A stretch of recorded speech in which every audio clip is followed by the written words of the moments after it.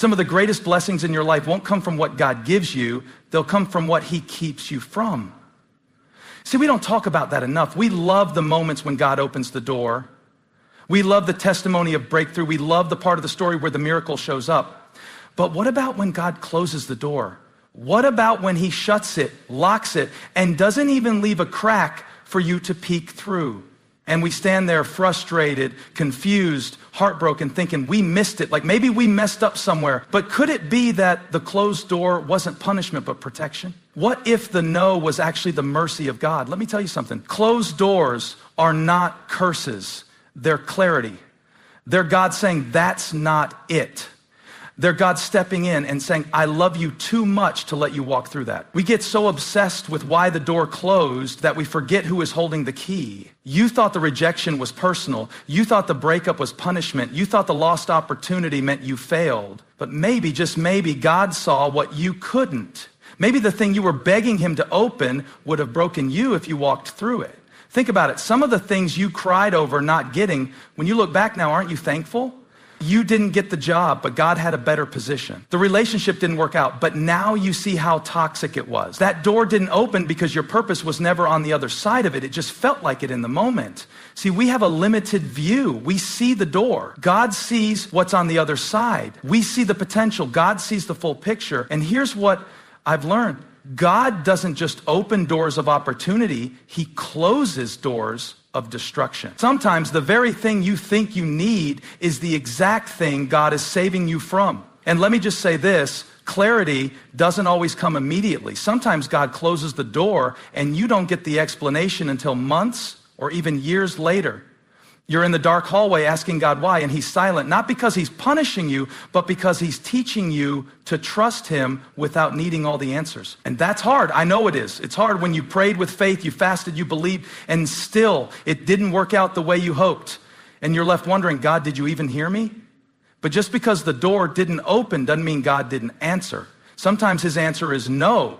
Sometimes his answer is not this one. And sometimes his answer is not yet. I think about Paul in Acts 16 trying to go preach the gospel in Asia. He had a good motive, a holy mission, and God still said no. The Bible says the Holy Spirit forbade them. Paul wasn't doing something wrong. He was doing something right and still got a closed door. But that door wasn't a curse. It was clarity. Because just a few verses later, Paul receives a vision of a man in Macedonia saying, come help us.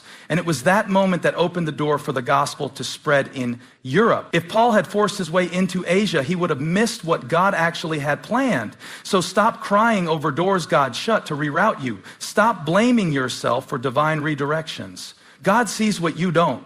He knows what's ahead, and his ways are higher. We say we trust God, but real trust shows up when we're staring at a locked door with no plan B and still saying, God, I don't get it, but I trust you. And don't get it twisted. Just because a door is closed now doesn't mean it's closed forever. God can reopen it in his timing. Or he can open something better, something you couldn't even imagine. Because here's the truth. God doesn't waste anything. Not even a no. Not even a disappointment. Not even the season of waiting. Every closed door is pointing you somewhere, teaching you something, forming your faith. It's not the end of your story. It's the setup for the next chapter. So the next time the door doesn't open, don't panic. Don't spiral. Don't call it a curse. Lift your hands and say, God, thank you for clarity. Thank you for seeing what I don't. Thank you for protecting me from what I wanted so you could give me what I need. Because when God closes a door, it's not rejection, it's redirection. And where he leads you will always be better than where you thought you were going. So don't lose hope. Don't let the door define your worth. And whatever you do, don't stop knocking in faith. God knows which door is right. And when the time is right, he will open it. No man, no situation, no devil in hell can stop what God has for you. Closed doors aren't curses, they're clarity. And clarity is a gift. Sometimes we love to pray for open doors. We ask God for the job, the promotion, the opportunity, the breakthrough, and there's nothing wrong with that. God is the one who opens doors no man can shut. But here's what we don't always realize. Sometimes the door is ready, but we're not. Sometimes God isn't holding the door back from you. He's holding you back from the door because he knows what's on the other side would crush the version of you that you are right now. See, the right door requires the right you. you. God's not just preparing the blessing for you, he's preparing you for the blessing. And that's not always easy. That takes time, that takes pressure, that takes process. It means God has to stretch you, challenge you, prune you, refine you before he releases you into that next season. We ask God to open doors, but we don't always ask him to make us ready. We want the platform, but are we prepared to handle the weight that comes with it? We want the relationship, but are we whole enough to bring peace to it? We want influence, but are we rooted enough to not let it go to our head? Because if God gave it to you too soon, you might sabotage it, you might misuse it, or you might start believing that you opened the door yourself. And God loves you too much to let your gift take you to a place your character can't sustain. Think about David. He was anointed king when he was just a teenager, but he didn't walk through that door right away. There was a process. There were battles to fight, giants to face, caves to hide in. God had to shape him into the kind of man who could wear a crown and not let it corrupt him. The same is true for you. God knows what he's placed inside you, but he also knows what still needs to be burned off of you. He knows the insecurities that would ruin the opportunity. He sees the pride that would poison the platform. He knows the fear that would paralyze you when pressure hits. So he waits. Not because he's punishing you, but because he's preparing you. See, we think delay means denial, but sometimes delay means development. The door is coming, but first you've got to grow into it. You've got to become the kind of person who can walk through it with confidence, humility, and integrity. Some of us want the destination, but we resist the process. We want to go from the pasture to the palace overnight. But that's not how God works. He doesn't just anoint you, he builds you. He doesn't just promise you, he prepares you. And preparation doesn't always feel spiritual. Sometimes it looks like being faithful in places no one sees. Sometimes it looks like staying humble when others get there first.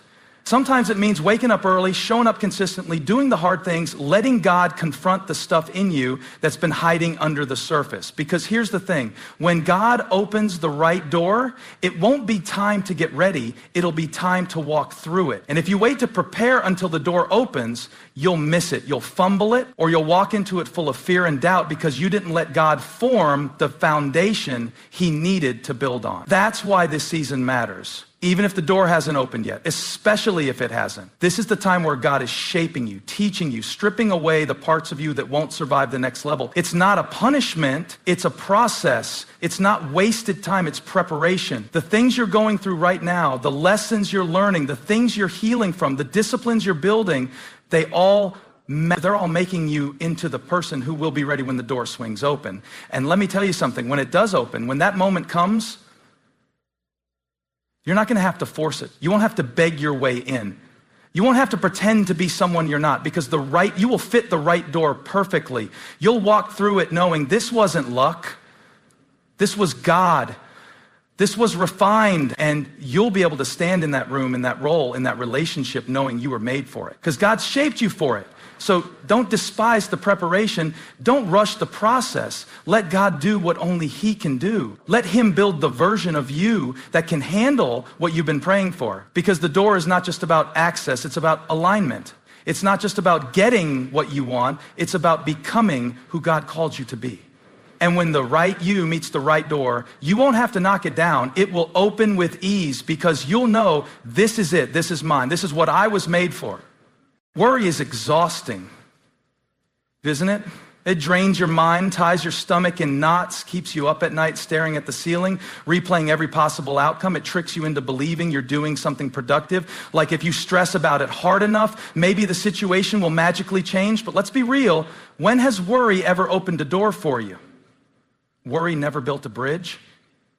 Worry never fixed a broken relationship. Worry never moved the heart of God. Worry never opened that job, that opportunity, that next season you're waiting on. And yet we treat worry like it's a strategy, like it's a key. Like if we worry just right, maybe things will finally break our way. But Jesus made it clear in Matthew 6:27, can any one of you by worrying add a single hour to your life? Nope, not one. You can worry all day and the door will still be shut. But your faith, that's a different story.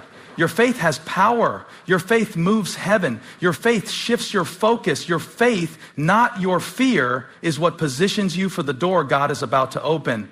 So why do we keep defaulting to worry? Because it feels like control. Worry tricks us into thinking we're managing something. It gives us the illusion that if we think about it long enough, maybe we'll find a way in. But faith feels risky. Faith feels like surrender. And that's exactly the point. See, worry puts the pressure on you, but faith puts the weight on God. Worry says, what if it never happens? Faith says, even if it doesn't happen the way I expected, I trust God still in it. Worry is rooted in fear. Faith is rooted in truth. And the truth is this: if God has promised you something, no amount of worry can speed it up or secure it, but your faith can posture you to receive it. Faith doesn't manipulate God, but it pleases him. Hebrews 11:6 says, without faith, it is impossible to please God. That's not because God's demanding you to be perfect. It's because faith is the evidence that you trust his heart even when you don't see his hand. And that kind of faith opens doors, not because it's magic, not because you earned it, but because faith keeps you available. Worry locks you in fear. It paralyzes your purpose. But faith makes you ready. It says, God, I don't see the door, but I'm standing here believing it's going to open. And can I tell you something? Sometimes faith means praising God in front of a closed door. Sometimes it looks like walking around Jericho even when the walls are still standing. Sometimes it's building the ark while the skies are still clear. That's the kind of faith that opens doors, not because you have it all figured out, but because you trust the one who does. And this might hit home for somebody. You've been pacing in front of a closed door, letting worry write your story. You've been stuck in what if? What if it doesn't happen? What if I miss my moment? What if I'm not enough? But what if God is doing more than you can see right now? What if he's already working behind that door, setting things up in ways your worry could never orchestrate? You see, worry leads to striving, but faith leads to surrender. Worry makes you frantic. Faith makes you focused. Worry tries to control everything. Faith says, God, I release it to you. And the truth is, when you're living in worry, you're constantly reacting. You're checking every update, every phone call, every situation, trying to get a sense of control. But when you're walking in faith, you're responding to God's voice instead of reacting to your fear. You move different, you speak different, you wait different, because when you believe God is the one who opens doors, you stop panicking about which door will open. You stop comparing your door to someone else's. You stop trying to pry things open with your own strength. You start to realize that if it's your door, it'll open when you're ready, not when you're worried. You don't have to manipulate it. You don't have to chase it. You just have to trust for it. And don't confuse waiting in faith with doing nothing. Faith doesn't mean you sit on your hands. Faith means you prepare. You praise, you plant, you show up every day with expectancy, because even if you don't know when it'll happen, you know who holds the key. So I need to tell somebody today, stop letting worry rob your peace. Stop letting fear paralyze your purpose. That door isn't locked because God is punishing you. It's not stuck because you're unworthy. It's being held until the moment that's right. Not just right in time, but right in you. And until then, your job isn't to worry your way into it. Your job is to walk by faith, because at the end of the day, your worry won't open it, but your faith just might. We're always looking for the next door, the next season, the next opportunity, the next big thing. And while there's nothing wrong with vision, nothing wrong with desiring more, stepping into purpose, believing for greater, sometimes we get so focused on what's next that we miss what's now. But what if I told you the door you're standing in right now, the one you may not even like, the one you didn't choose, the one you've been trying to rush out of, has a purpose. Every door has a purpose, even the one you're in right now, even if it's small, even if it's slow, even if it feels like a waiting room, even if it feels like a setback. There's something God is doing here, something he's teaching, something he's preparing, something he's revealing, because God doesn't waste space.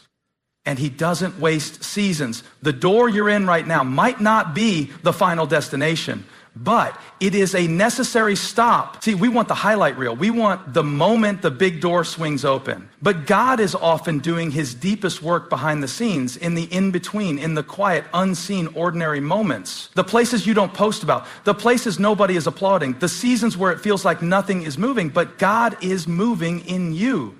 You might be saying, God, I'm ready for the next thing, but God might be saying, I'm still doing something in this thing. And if you skip the purpose of this door, you won't be ready for the next one. Think about Moses. He spent 40 years in the wilderness after leaving Egypt before he ever stepped up to lead the Israelites out. That door felt like delay, but it was development. It was in that place that God was shaping his confidence, breaking his pride, forming his character. That wasn't wasted time. That door had purpose. Think about Joseph, thrown into a pit, sold into slavery, wrongly imprisoned, door after door that looked like defeat. But every single one was part of the plan. Because if he hadn't walked through the prison, he would have never made it to the palace. And when he got to the palace, he wasn't bitter, he was ready because he let God do something in every door.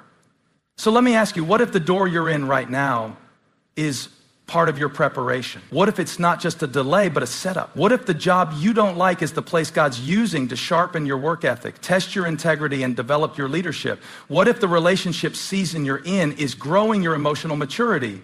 What if the quietness, the routine, the mundane is where God is solidifying your faith so that when the storm comes, you don't get shaken? Don't discount where you are. Don't despise this door just because it doesn't look like what you pictured. God is too intentional to place you somewhere without purpose. You might not understand it now, but later you'll look back and realize, I needed that door. That season taught me something. That frustration refined me. That no redirected me. That door, the one I thought was wasting my time, was actually saving my life. And if you keep rushing to the next, you'll miss the beauty of the now. There is fruit in this room. There is strength being built in this space. There is grace for this place. But you've got to be willing to see it. You've got to be willing to stay present even when you're praying for progress, because God doesn't just work through open doors, he works in them. So what's your posture in this current door? Are you grumbling through it? Are you complaining about what it's not? Or are you committed to what it's producing? You don't have to love the door to learn from it.